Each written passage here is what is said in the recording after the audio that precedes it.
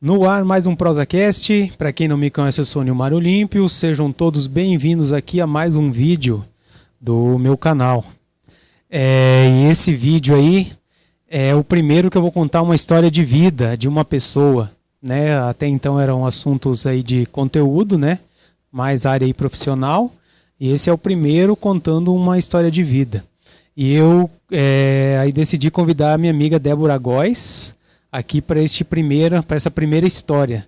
Débora, seja bem-vinda aqui ao Prosa. Tudo bem com você? Tudo bem, quero agradecer o convite por estar contando um pedacinho, né, apenas da minha história, mas que talvez possa servir de muita, né, valia aí para alguém que esteja passando talvez pelo mesmo processo. Foi isso que eu pensei. Mas quem é a Débora Góes? Ela vai contar um pouco da história dela, né? Ela passou aí por vários transplantes e teve uma fase difícil na vida. Quem vê ela hoje aqui, tem ela nas redes sociais, ela sempre alegre, sempre disposta, mas não sabe o que ela passou, né? Nem imagino. Então, essa história é para isso. Tem gente, às vezes, que está com saúde, reclama de qualquer coisa, né? Sim. E você, com tudo que você passou, você sempre dando exemplo aí de nunca desistir na vida. E antes de tudo, pessoal, eu gostaria de pedir para vocês, esse vídeo estará lá no YouTube, tá? E eu gostaria que vocês se inscrevessem lá no meu canal, por favor, curtam lá, compartilhem, porque isso é muito importante, tá? Isso aqui dá um trabalho para fazer que vocês nem imaginam, viu? Então tá, Débora, começando aí, né? A gente se conhece há quantos anos, mais ou menos? Uns 15, né? Ou mais, né? Ou mais, né? Então sempre em contato aí. E fomos até umas festas juntos, uns bailão aí, dançamos, né? Um CTG da vida. CTG da vida, os cowboyzão, né? E então vamos lá. Débora, quando que começa a sua história aí nessa parte dos transplantes? Pode falar, fique à vontade aí. Bom, o transplante foi há 5 anos atrás, mas foi o menos sofrido, entre aspas, de tudo. Pois o transplante foi só alegria. Eu transplantei pâncreas e rim. Mas a história começa... Só um pouquinho. Você transplantou duplo pâncreas e pâncreas e rim. Os dois ao mesmo tempo. Ok. Na verdade fala transplante, mas é transplante. É enxerto. Não tira os nossos órgãos nativos. Certo. É enxertado. Uhum. Então vai. Minha história começou com 7 anos de idade. E eu fiquei diabética. Aos 7 anos de idade. Era diabetes tipo 1. Certo. Onde o pâncreas não produz absolutamente nada de insulina, então precisava tomar insulina. Eu estava tomando insulina, a glicose sempre controladinha e tal. De repente, lá pelos meus 17, entre 15 e 17 anos, de diabetes tipo 1 passou a ser diabetes hiperlábio. Eu nem sabia que existia esse tipo de diabetes.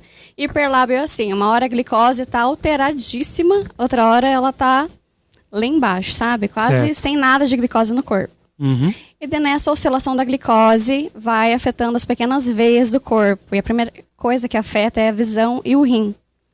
Que é onde as veias são bem fininhas mesmo. Foi aos 15 daí?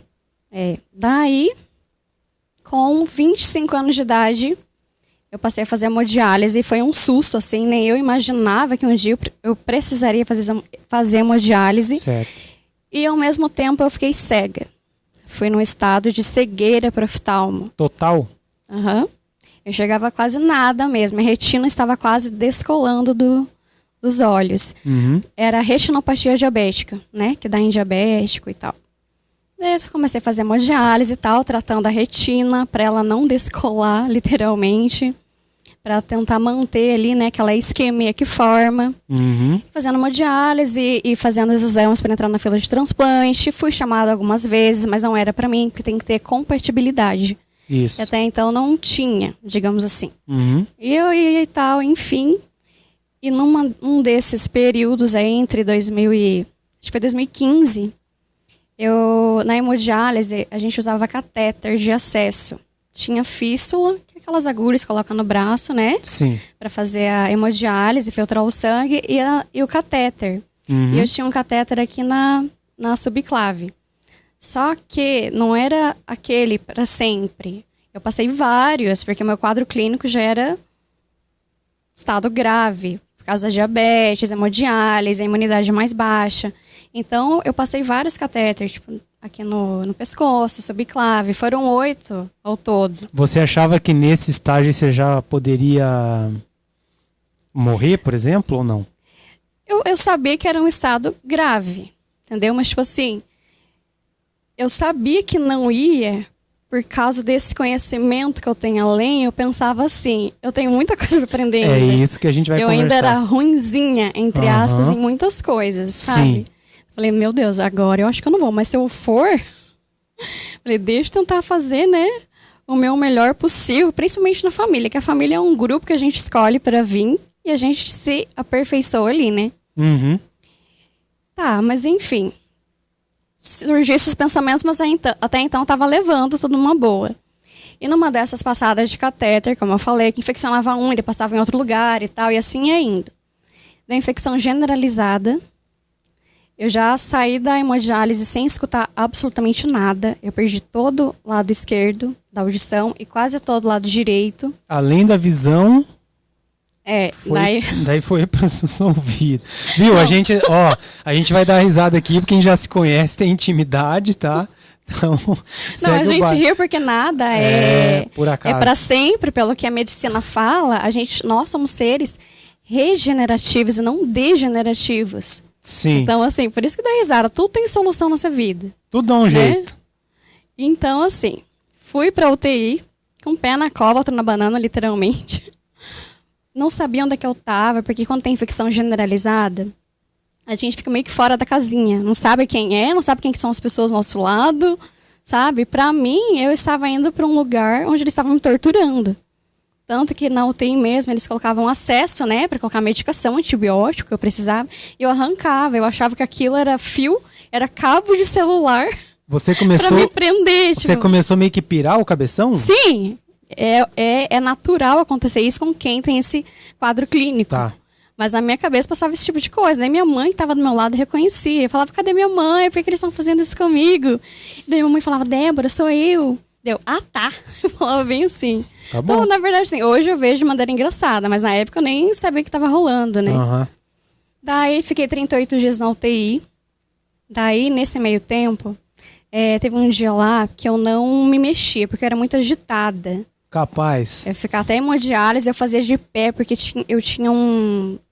O rim produz uma substância, que eu esqueci o nome agora, que faz dar aquela tranquilidade pra gente dormir, pra ficar relaxado e tal. E eu não tinha mais isso por causa do problema renal. Tá. Então eu fazia hemodiálise de pé, eu ficava me mexendo, eu não ficava parada por causa disso. E daí lá não era diferente, né? E teve um dia que eu não acordei, tipo, eu fiquei lá tranquila, sem me mexer, sem nada. Eu gritava, né? Porque até então, na minha cabeça, eu tava sendo torturada.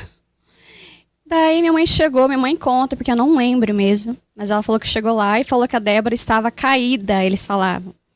Minha mãe, como assim? Ela caiu, porque ela não entende esses termos, né? Uhum. Hospitalares e tal.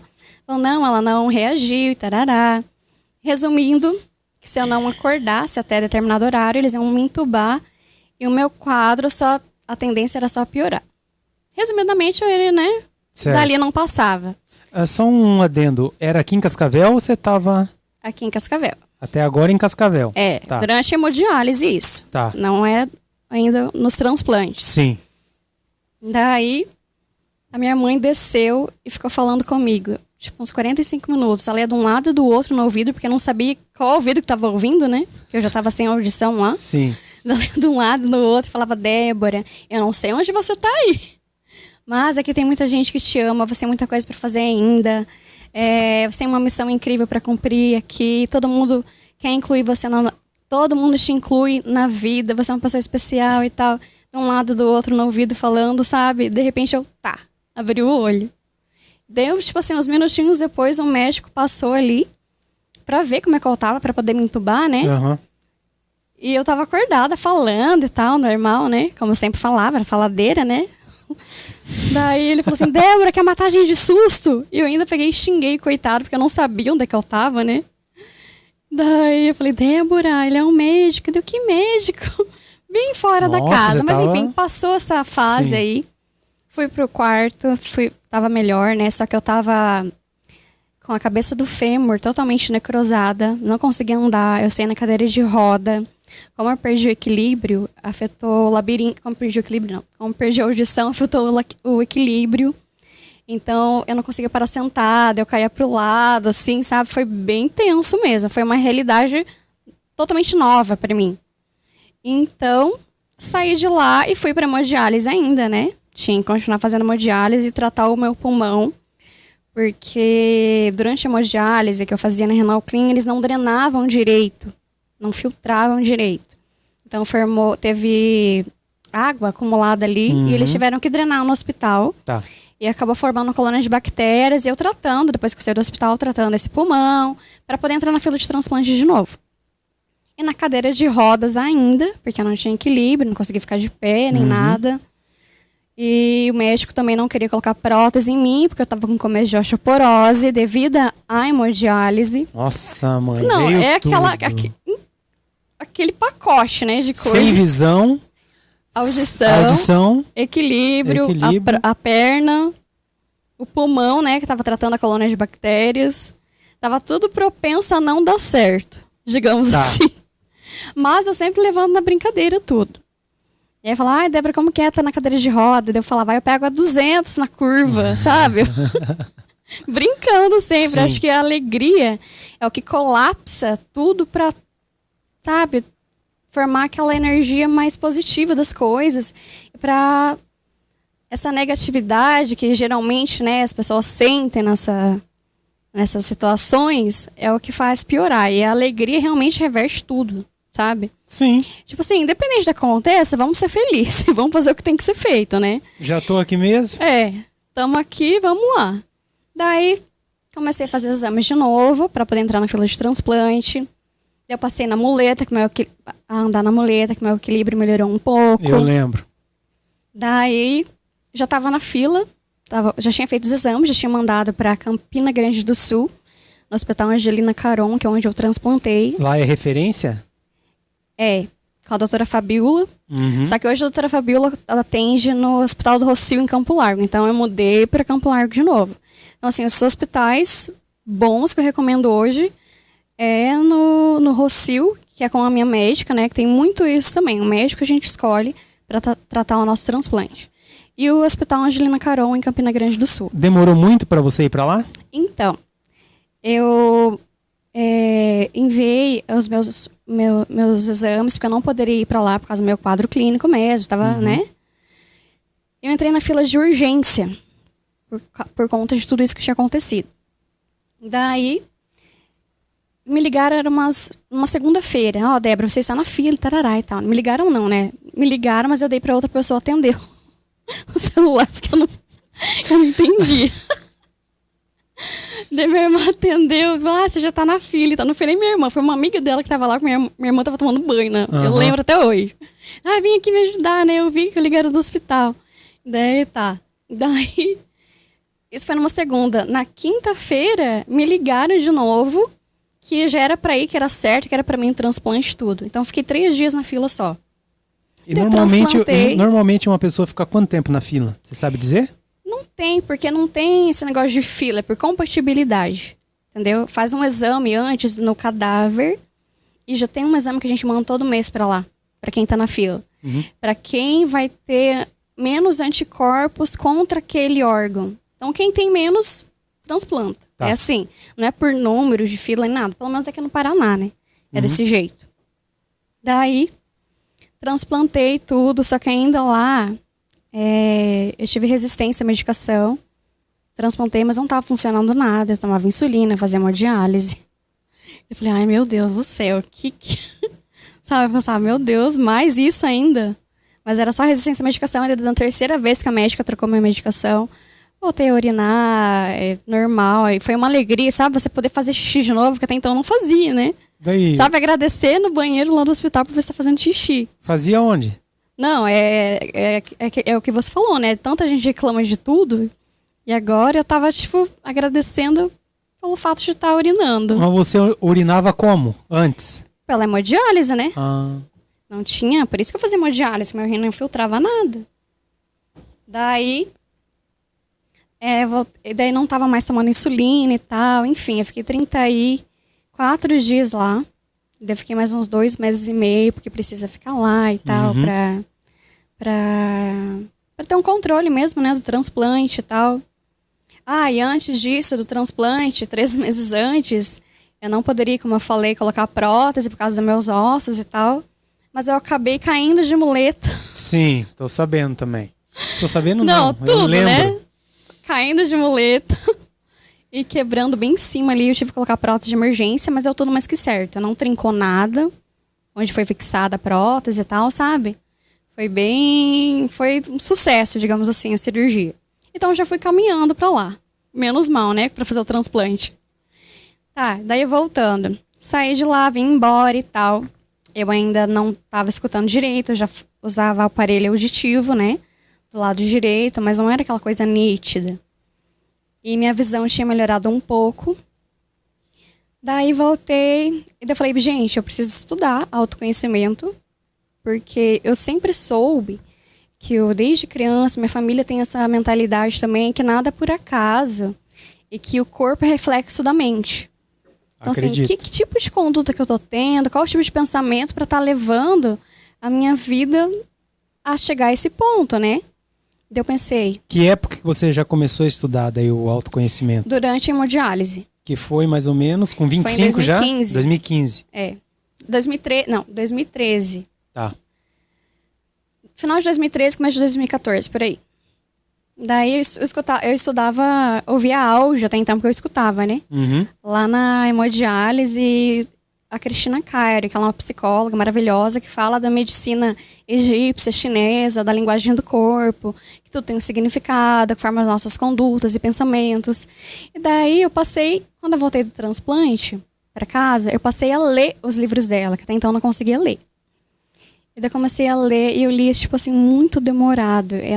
Duas páginas demorava 30, 40 minutos para eu ler, sabe? Então, mas eu precisava, né? Me conhecer, saber qual era o sentimento que eu tava tendo para gerar isso. Você tinha uns óculos, né? Bem estilosos na época, não tinha? Lembra? Bem estiloso, desse tamanho. Você é uma abelha. Tipo Chico Xavier, né? Eu lembro. Mas então, daí comecei a estudar e tal. E tipo, uns 3 meses após o meu transplante, eu sabendo o significado de tudo que eu tive, a minha visão melhorou de um jeito que você não faz ideia. O meu caso foi para um congresso de oftalmologia, que o médico pediu para eu levar de tanto que melhorou. Porque eu entendi qual era o significado da visão, que é o medo do futuro, sabe? Então, toda vez que eu tinha medo, tipo, pensava, meu Deus, eu tô desse jeito, eu vou trabalhar com o quê? O que eu vou estudar? Que na época não tinha essa aula online que tem hoje, né? Era tudo presencial. Realmente eu não conseguia escutar nada, né? Sobre numa aula, numa palestra. Então eu revertia esse pensamento e mudava, sabe? Muda essa polaridade negativa e passa para positiva. Não, vai dar tudo certo, eu vou escutar, né? As coisas vai fluir, o que é para ser vai acontecer, etc. Nossa, tudo lendo, só lendo. Lendo e escutando os áudios ainda, porque eu colocava o celular, tipo, quase dentro da orelha para entender, né? Sim. Daí, quando eu cheguei no médico com cegueira dos olhos, do oftalmo, eu enxergava 5% desse lado e no direito eu enxergava 13%. Hoje é 65% de um lado. A última vez que foi há 2 anos atrás. Hoje tá muito melhor, né? Hoje eu já consigo ver celular, sem óculos e tal. Era 65% do lado esquerdo e 85% do lado direito. Nossa. E nem ele acreditou, tipo... Ele ainda pediu, falou, Débora, posso passar seu número, né? Pra você conversar com as pessoas que estão passando, né? Assim, também tem retinopatia diabética e tal. Eu falei, pode passar. E eu sempre falo dessa parte... Da mente mesmo, sabe? Para as pessoas. O poder da mente. Não tem. A gente cocria a nossa realidade o tempo todo. Nós somos os únicos responsáveis pelo que a gente vive. Mas ninguém. Não tem... A gente não pode se fazer de vítima. Não tem... foi erro médico. É por causa da alimentação. É 5% só que a alimentação faz alguma coisa pra gente. Como Jesus mesmo disse, não é o que entra pela boca que faz mal ao homem, é o que sai dela. É não só palavras, sentimentos, emoções, tudo isso. E quando você falou dos livros ali, você viu o vídeo lá que eu falei com a Roseli sobre espiritismo. Já tinha espiritismo ali junto ou não?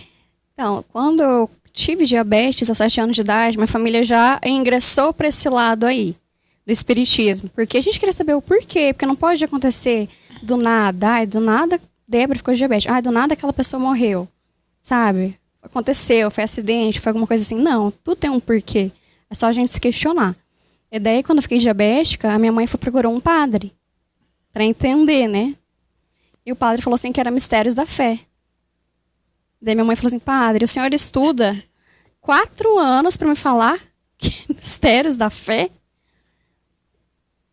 Né? Minha mãe não entrou aquilo na cabeça dela, então a gente foi pro espiritismo. Só um parênteses. Quando eu escrevi lá no Store, você encarou com fé e determinação, você falou que não foi fé. Eu não tenho fé porque, é igual eu falei até pro Nil, né? Que quando eu preciso levar um carro no mecânico, eu peço pra ele, um dia com o mecânico e tal, ele falou, não, leva tal fulano que é bom. Eu tô botando fé no Nil que aquele mecânico é bom. Sim. E quando a gente bota fé, que a gente tá acreditando. É diferente quando a gente vivencia Deus, digamos assim. Eu não tenho fé em Deus. Eu vivencio ele, é bem diferente. Né? A gente pode acontecer o que for, eu estou vivenciando, eu sei que é pro meu bem, tem que deixar fluir, sabe? Então, eu tô botando fé que Deus vai me ajudar. Não, Deus faz 90%, a gente precisa só de 10%, a gente não faz, a gente fica esperando que alguma coisa aconteça. Não. Quando a gente vivencia Deus é diferente, a gente faz acontecer as coisas. Sempre Deus dentro do coração, do corpo e da mente. Tá tudo interligado. Se a gente separa corpo, mente, coração, espírito, não vai achar um caminho nunca. Tá tudo interligado, tá tudo junto. E tudo, como você falou, tem um porquê. Ainda mais no espiritismo, né? Ainda Todos mais temos uma espiritismo. missão. Você tá aqui por causa disso, eu tô aqui por causa disso. Vai ter hora que já tá pré-estabelecido que você vai embora a tal hora. Então, daí minha mãe procurou o espiritismo, toda minha família foi, né, pro espiritismo. E a gente entendeu que não é só aqui. Tem coisa além. A própria mecânica quântica, física quântica já comprova tudo isso. Faz muito tempo, até faz mais de 10 anos. Então é só a gente procurar. Se a gente senta ali para estudar 6 meses, a gente acha todas as respostas. Tá aí pra gente. A gente que não procura, na verdade. E por que você acha que você passou por tudo isso e chegar até aqui? Como eu disse, nada por acaso, né? Mas, eu fui no espiritismo e soube o porquê? Não. O que eu fui? O que eu fiz? Não sei. Mas se eu aceitei passar por essas condições, eu não vou sucumbir a essa prova. Entendeu? Vou dar o meu melhor. Você dá o seu melhor hoje?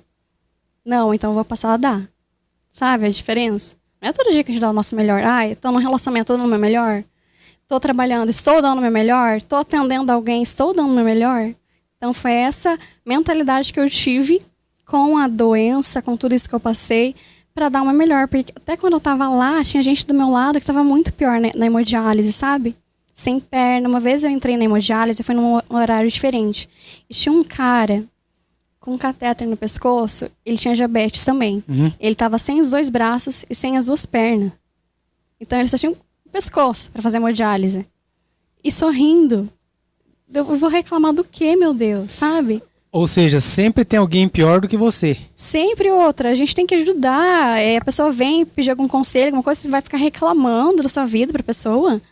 Não, escutar salva, escutar os outros que vêm falar alguma coisa. Muita gente nessas clínicas, hospitais que eu passei, vinham falar da vida, vinham falar de tudo. A gente tem que aprender a ouvir, mesmo eu estando assim.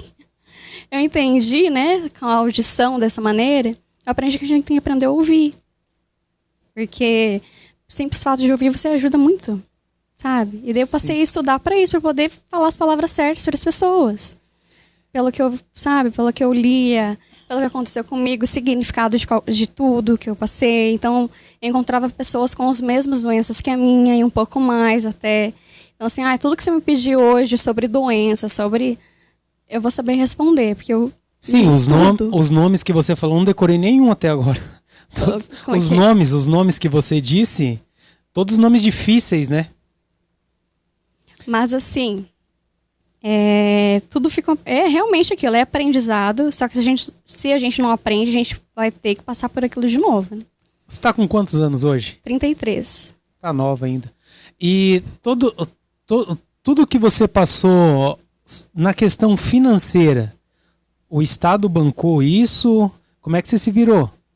Viaja, corre, vem, compra remédio? Então, no início eu não sabia que a prefeitura disponibilizava ambulância para ficar indo concorrer no hospital, voltando e tal. E eu ia tudo por conta, e foi difícil mesmo. Mas depois do transplantei, fiquei sabendo, né? É informação.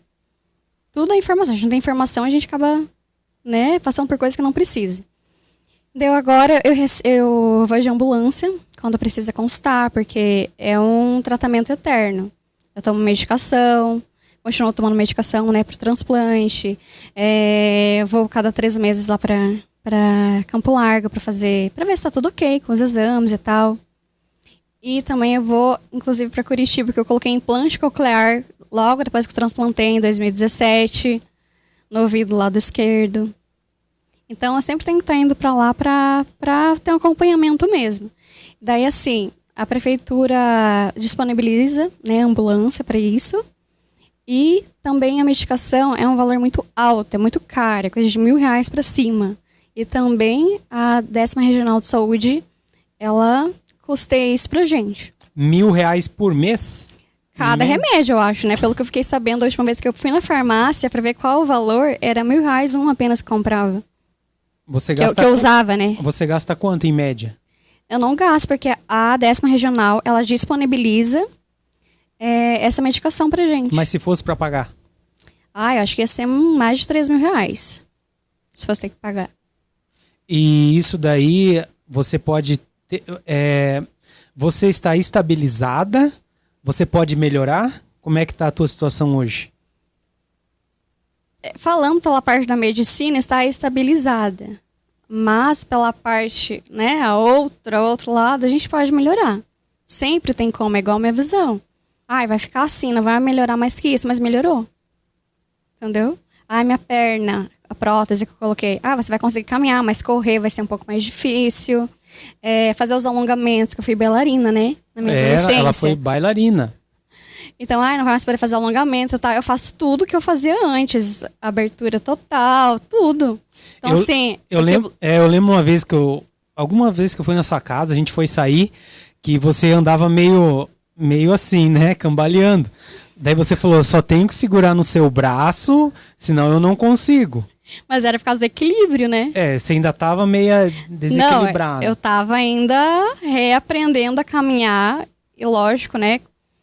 Isso aí também tem um significado. Passei a estudar o que era, a me corrigir internamente do labirinto. Tudo tem um significado, não adianta. Pra você ver, uma vez, que ela não tem tempo ruim. Uma vez a gente foi no baile lá, lembra? Ela falou, vamos no baile? Eu falei, vamos. Daí na minha cabeça, mas como é que ela vai? Porque você não ouvia direito e tava cambaleando. Como é que vai dançar a pessoa? Daí né? Ela falou assim, não, eu escuto um pouco da bateria. Você escutava um pouco... As batidas são mais graves, As né? batidas mais graves e o resto me segura que eu vou. E nós fomos, né? Não tem tempo ruim mesmo, né? É que se a gente ficar se limitando... O que limita a gente é a nossa mente. Não dá pra ficar se limitando, senão a gente não melhora em nada, né? Você está em algum grupo de pessoas na mesma situação? Tem muitas pessoas no Brasil que se unem? Tem alguma associação para isso? Para se ajudarem? Não, eu nunca fui em grupo nenhum, assim. Mas tem grupos de Facebook, né? Que as pessoas postam as coisas de transplantes, de prótese de quadril. Pra trocando ideia. Pra trocar ideia, trocar experiências mesmo. Mas na minha época não tinha isso, não. Sabe? Eu fui sozinha. Cara, coragem, na sorte. Eu também nem olhava celular pra curar isso, porque eu não enxergava nada, né? Tipo, Instagram. Eu fui passar a ter faz pouco tempo. Eu não tinha nada disso, que hoje tem muita informação. Instagram, Facebook e tal. E na época não tinha mesmo. YouTube tem bastante coisa, né? Também no YouTube. Tem mais alguma coisa ali atrás? Faltou alguma coisa ali? Daí você fez os transplantes e faltou alguma coisa ou só isso?